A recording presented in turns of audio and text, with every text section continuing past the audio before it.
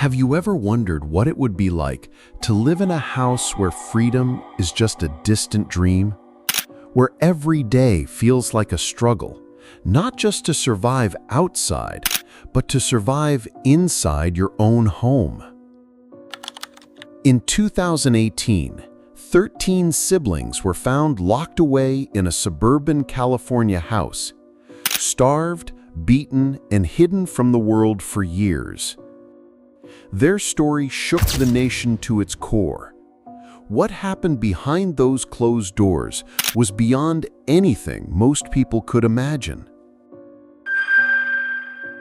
This is the story of the Turpin family, a chilling tale of cruelty, survival, and the dark secrets hidden in plain sight. Stay with me, because what you're about to hear will shock you and make you question everything you thought you knew about family. Welcome back to OG Crimes. If you're new here, hit that subscribe button and ring the bell so you don't miss the deep dives we do into some of the most haunting true crime stories. And if you find this video eye-opening, please give it a thumbs up and share it with friends who love true crime as much as you do. Now, let's get into the story of the Turpin family, a family whose name became synonymous with one of the darkest cases of child abuse in recent American history. On the surface, the Turpin family looked like any other family living in suburban America. David and Louise Turpin were the parents of 13 children, a large family, but nothing that immediately raised suspicion. They lived in Paris, California, a quiet, middle-class neighborhood filled with modest houses and tree-lined streets. Neighbors described the Turpins as private and a little unusual, but no one imagined the horrors happening inside their home. David Turpin was a former engineer, known to be strict, but not openly aggressive. Louise Turpin was a homemaker, devoted to her large brood.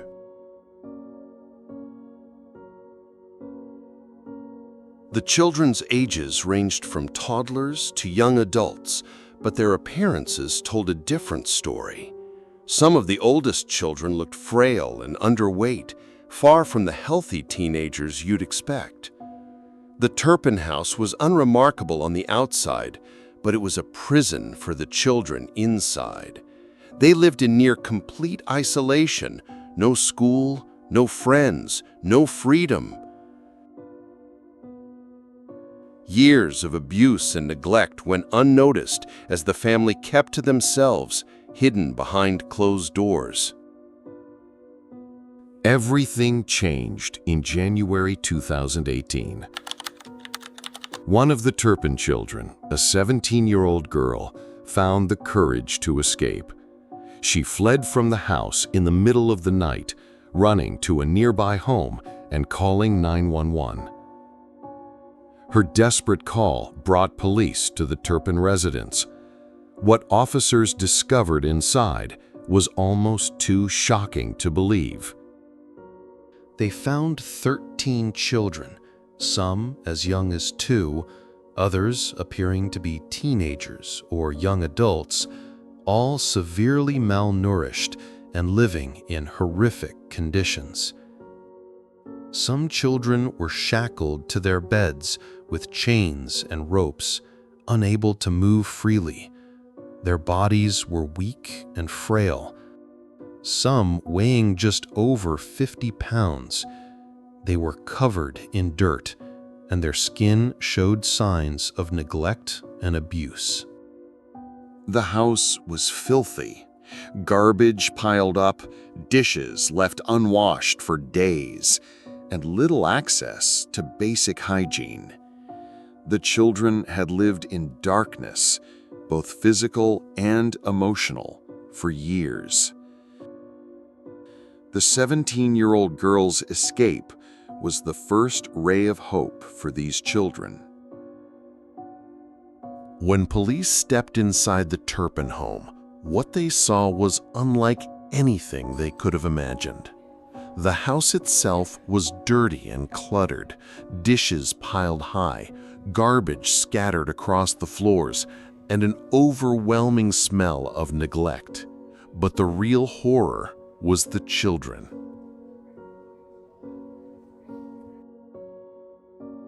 13 siblings, some shackled to their beds with heavy chains or ropes. Their bodies were frail and emaciated, some weighing barely over 50 pounds. Some of the children could barely walk or stand, their muscles wasted from years of neglect. Most had never been to school or seen a doctor. Their hair was matted and their clothes were filthy and ill-fitting. The oldest siblings appeared no older than teenagers, but in truth, they were in their 20s, physically stunted by years of starvation and abuse. The children spoke little. Many were too scared, too weak, or simply didn't know how to communicate. Some had been isolated in dark rooms for days, or even weeks at a time. The parents had created a prison, a cage built not of bars, but of control, fear, and cruelty. One of the most chilling discoveries was that some children were tied to their beds to prevent them from escaping. Others had bruises and scars from repeated beatings. The children described brutal punishments, being beaten with belts or sticks, forced to stay in isolation, and starved if they disobeyed. Their world was reduced to a single room or bed, a place where hope barely survived. The children reported being beaten with belts, sticks, and other objects. Sometimes they were starved for days as punishment for speaking out or trying to escape. Louise Turpin, the mother, once a loving parent, became complicit in the abuse. She reinforced David's strict rules and isolation tactics. The couple convinced themselves and tried to convince others that their actions were a form of protection. In their twisted minds, they were shielding their children from the evils of the world. They isolated the children from friends, school, and even extended family. The siblings were never allowed to speak to neighbors or go outside unaccompanied. Years of abuse had turned the Turpin home into a prison and the parents into wardens. When authorities arrested David and Louise Turpin, the full extent of their crimes shocked the nation. They faced multiple charges, including child abuse, torture, false imprisonment, and neglect. Their defense? A disturbing claim that their actions were meant to keep the children safe from harm. But the truth was undeniable. These children had been trapped in a living nightmare. Once the Turpin children were rescued, their journey to recovery began, but it was only the very beginning of a long, painful road. 13 siblings, many suffering from years of neglect and abuse, were taken into protective custody. They were immediately placed in hospitals for urgent medical care. Doctors found that many of the children were severely malnourished, with some weighing little more than 50 pounds.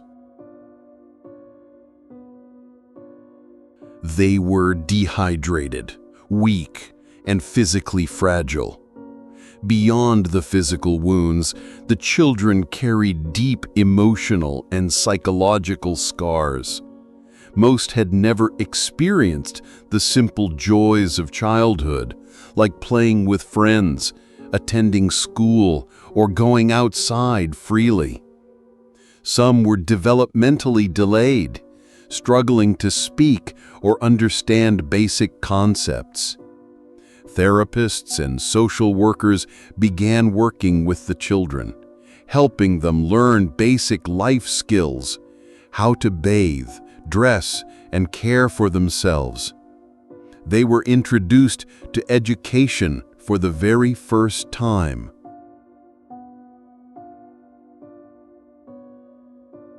For some siblings, it was overwhelming to step into a world they had never known. The outside world was unfamiliar and, at times, frightening. But over time, the children began to heal. They formed bonds with caring adults and learned to trust again. Though their road to recovery would be long and difficult, the rescue gave them a chance at a new life. The case also sparked national outrage, shining a light on the importance of child protection. Communities and officials were forced to ask tough questions about how such abuse could go undetected for so long. One of the most haunting questions about the Turpin family case is, how did this go unnoticed for so long? 13 children starved and abused, yet no one stopped it sooner. Neighbors had suspicions. Some even reported concerns to authorities. But the signs were missed, ignored, or inadequately followed up on. Multiple agencies had opportunities to intervene, but failed to act decisively. Experts say this case exposed serious gaps in the child welfare system. Child Protective Services struggled with limited resources and overwhelming caseloads. Some reports were dismissed as unfounded, while others never reached the right hands.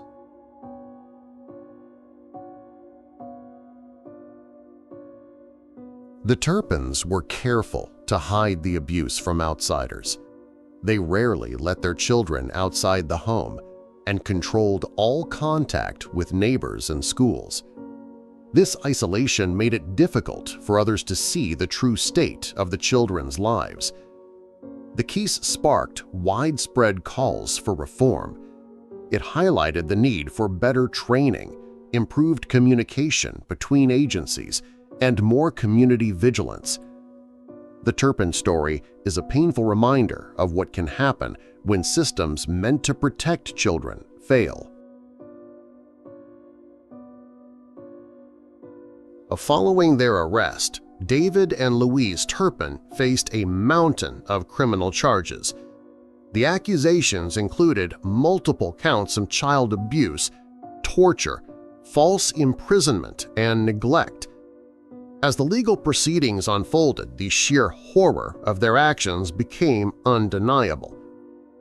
In 2019, the Turpins decided to plead guilty, avoiding a lengthy trial.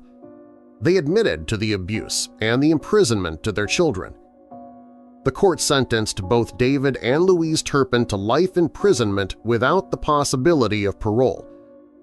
For many, this sentence was a long-awaited moment of justice, a recognition of the suffering endured by the 13 siblings. The case made headlines worldwide, drawing attention to the darkest corners of family abuse. It also forced society to confront uncomfortable truths about how such cruelty could be hidden behind the facade of a normal family. The legal outcome brought some closure, but the journey for the children to heal would continue for years to come.